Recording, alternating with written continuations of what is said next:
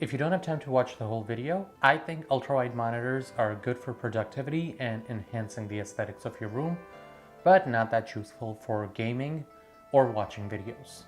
Also, you do need to be a little more patient with your setup. That's it. If you'd like more details, stick around. Hi friends, my name is Abdurrahman and today I'm sharing some thoughts with you about my ultra-wide monitor.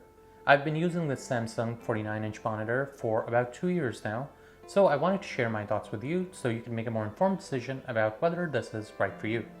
The traditional width to height ratio of a monitor is 16:9, but in ultra-wide monitors, that stretches out to 21:9, or in the case of my monitor, 32:9.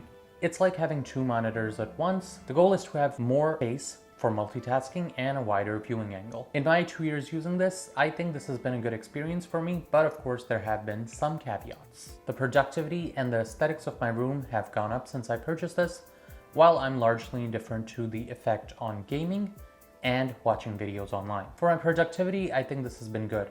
I work in an academic setting. I often have multiple documents open at the same time. I need to type while looking at a PDF. I have to read a lot of papers, so I have to do a lot of typing. In addition, I have to do quite a bit of video editing. So it's really nice to have your typing document in the center and have 1 or 2 PDFs on the side. And while editing out with the whole screen isn't really that useful with a stretched out timeline as you might think it would be, just the sheer size of it means that there's less stress on your eyes. So just remember that this is like having 2 monitors at once. So if you put a document in the center, you won't have complete size documents on the sides. And if you put one document at full size on the side, you can only put one more at full size on the other.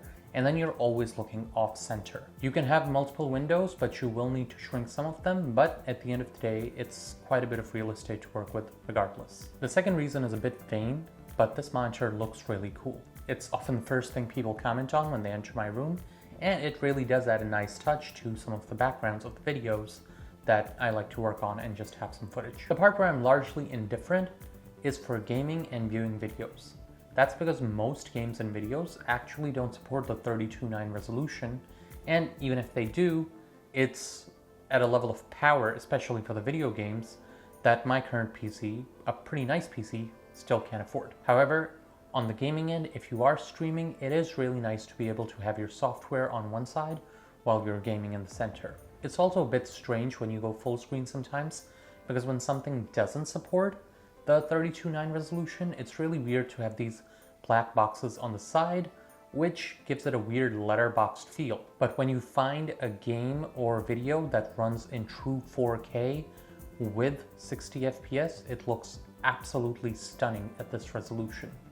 Just remember that requires a PC that is more powerful than the one I have, and likely more powerful than the one that most people have. Also, just a quick note about your physical setup, ultrawide monitors generally have wider bases than your traditional monitor. As a result, you do need a wide desk to accommodate the whole thing. So that's it. These are my thoughts on 2 years of using the ultrawide monitor. If you found the video helpful, consider liking and subscribing. And if you have any questions before you make the purchase, do leave them in the comments below and I'll try to answer to the best of my ability. As always, this is Abdurrahman Siddiqui, aka Pakistani Pepper, saying peace out, stay peppery, and don't forget, sometimes life's best lessons are in the stories we hear least. Wishing you all wellness and health.